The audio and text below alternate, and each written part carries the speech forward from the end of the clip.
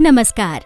इस वीडियो में हम सामान्य व्यावसायिक गतिविधियों के लिए एजेंट्स द्वारा इस्तेमाल किए जाने वाले विभिन्न सिस्टम्स और उपकरणों का महत्व समझेंगे। एजेंट्स के पास कई उपकरण होने चाहिए। इनसे ग्राहकों को वित्तीय सेवाएं प्रदान करने में आसानी होती है। एजेंट्स के पास कौन सा उपकरण होगा, ये कुछ बातों पर निर्भर करता है, जैसे वित्तीय संस्थानों का प्रकार और उनका back and system, corporate business correspondent का बिजनेस मॉडल और एजेंट्स द्वारा प्रदान की जाने वाली विभिन्न प्रकार की सेवाएं। एजेंट्स द्वारा इस्तेमाल किए जाने वाले उपकरणों को दो श्रेणियों में बांटा जा सकता है। पहली श्रेणी है मूल उपकरण, जो एजेंट्स द्वारा बैंक के ऑनलाइन पोर्टल या कॉर्पोरेट बिजनेस करेस्पॉन्डेंट में लॉगिन करने के लिए बेहद जरूरी है। और दूसरी श्रेणी है सहायक उपकरण, जिनकी जरूरत एजेंट्स को विभिन्न प्रकार के लेन देन यानी ट्रांजैक्शन करने के लिए पड़ती है। आइए पहले मूल उपकरणों के बारे में जानते हैं। इनमें पहला है डेस्कटॉप कंप्यूटर। ये एक मॉनिटर, कीबोर्ड, माउस और डेस्कटॉप से मिलकर बनता है। कंप्यूटर पोर्टेबल नहीं होता, मतलब एक जगह पर रखकर ही इसका उपयोग करना संभव है। इसे ज्यादातर मेज के ऊपर रखा जाता है।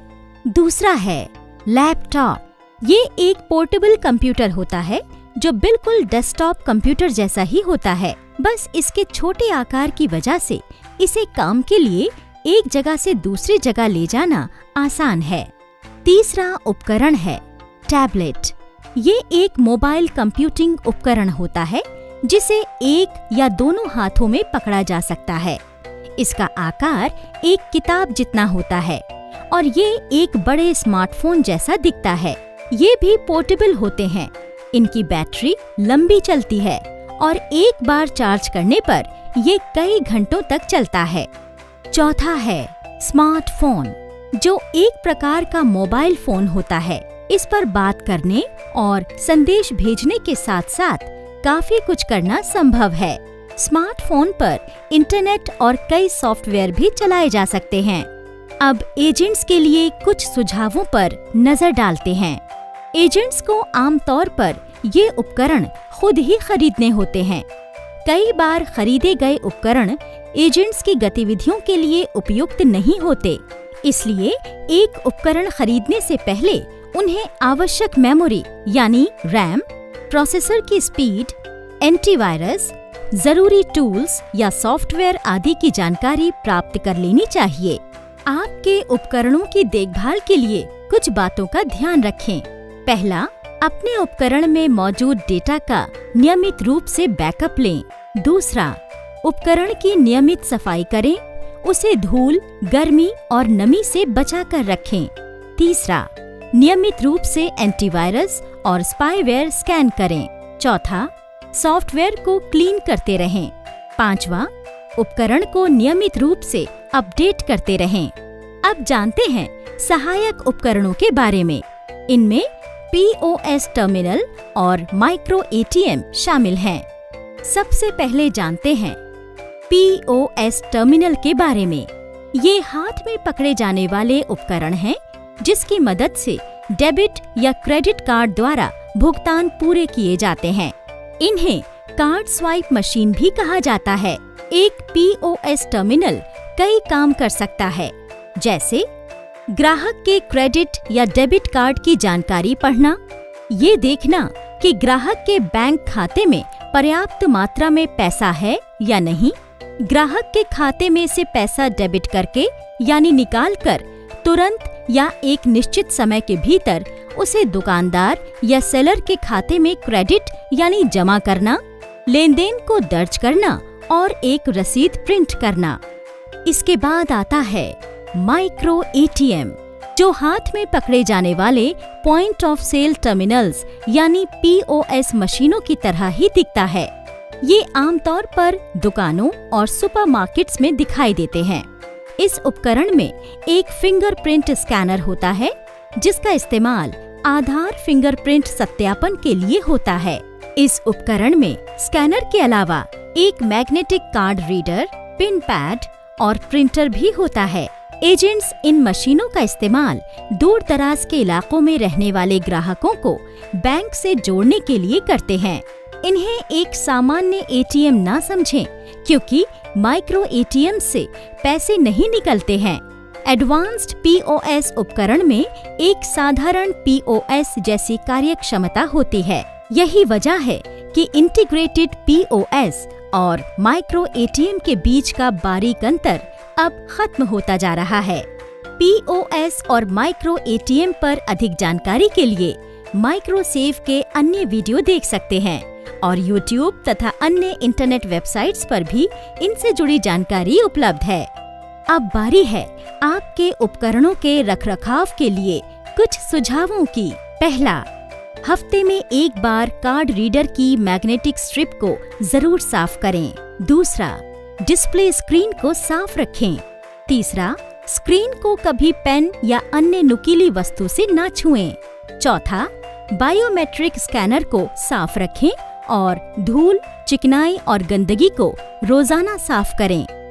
पांचवा, ध्यान रखें कि बायोमेट्रिक स्कैनर में खरोंच ना पड़े। छठा, उपकरण को पानी से दूर रखें। सातवां, उपकरण खराब होने पर उसे खुद खोलने की बजाय किसी प्रशिक्षित व्यक्ति से ठीक करवाएं। माइक्रो एटीएम के बाद अब फिंगरप्रिंट स्कैनर की बात करते हैं। एक बायोमेट्रिक स्कैनर वो उपकरण है जो ग्राहकों के फिंगरप्रिंट का मिलान करके उनकी पहचान का सत्यापन करता है। ग्राहक अपने आधार नंबर के साथ फिंगरप्रिंट का मिलान करने के लिए अपनी उंगली को रीडर पर रखते हैं। इस उपकरण को एक केबल या ब्लूटूथ के जरिए डेस्कटॉप कंप्यूटर या लैपटॉप या एक पीओएस से जोड़ा जा सकता है। अब जानते हैं इसके रखरखाव से जुड़ी बातें।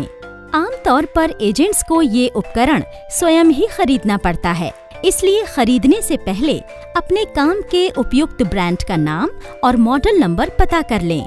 उपकरण को लंबे समय तक चलाने के लिए कुछ बातों का ध्यान रखें, जैसे पहला, उपकरण को भीगने से बचाएं या उस पर कोई तरल पदार्थ न गिरने दें। दूसरा, धूल और गंदगी हटाने के लिए इसे नियमित रूप से एक नरम सूती कपड़े से साफ करें। तीसरा, उपकरण को कभी भी पानी या किसी अन्य तरल पदार्थ में न डुबोएं। और चौथा, स्कैनर को अपने नाखून या पेन जैसी किसी नुकीली वस्तु से न छेड़ें। स्कैनर के बाद अब जानते हैं प्रिंटर के बारे में। किसी भी आर्थिक लेन देन के बाद उसकी रसीद प्रिंटर से प्रिंट करके ग्राहक को दी जाती है। इस उपकरण को एक डेस्कटॉप कंप्यूटर या लैपटॉप से जोड़ा जा सकता है।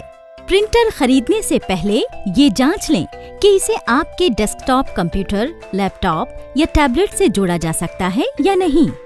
ध्यान रखें कि माइक्रो एटीएम और पीओएस उपकरणों के अंदर एक छोटा प्रिंटर पहले से लगा होता है। अब जानें इसके रखरखाव से जुड़ी बातें। पहले जानें कि डेस्कटॉप या लैपटॉप से जुड़े प्रिंटर के लिए किन बातों का ध्यान रखना है। पहला, इस्तेमाल न होने पर प्रिंटर को बंद रखें। दूसरा, प्रिंटर के अंदर धूल न जमने दें ताकि वो जाम ना हो और स्याही के निशान ना छोड़े। तीसरा, कार्ट्रिज को सूखने से पहले बदल दें। चौथा, प्रिंटर का नियमित इस्तेमाल करें। अब जानें कि पीओएस और माइक्रो एटीएम से जुड़े प्रिंटर के लिए किन बातों का ध्यान रखना है। नियमित जांच करें कि प्रिंटर में हमेशा पेपर रोल मौजूद रहे। बैंक या कॉर्पोरेट बिजनेस करेस्पॉन्डेंस से पर्याप्त मात्रा में पेपर रोल लेकर रखें ताकि लेन देन के दौरान खत्म न हो जाए। प्रिंटर की नियमित सफाई करें। यदि पीओएस या माइक्रो एटीएम प्रिंटर में खराबी आती है तो उपकरण को बंद करके फिर से चालू करें। अगर समस्या फिर भी रहती है तो ड्राइवर को अपडेट करें या फिर बैंक के स्टाफ या कॉर्पोरेट बिजनेस करेस्पॉन्डेंट या रखरखाव के लिए नियुक्त व्यक्ति से संपर्क करें। एजेंट्स के व्यवसाय में इन उपकरणों का नियमित इस्तेमाल होता है। हर उपकरण अलग अलग जरूरतों के लिए बना है और इनके इस्तेमाल का तरीका भी अलग है। एजेंट ध्यान रखें कि ये भी इलेक्ट्रॉनिक उपकरण हैं और एक निश्चित समय तक ही चलते हैं। इन उपकरणों की उम्र बढ़ाने के लिए ये जरूरी है कि इनका इस्तेमाल ध्यानपूर्वक किया जाए और इनके रखरखाव के तरीकों की जानकारी प्राप्त की जाए। धन्यवाद।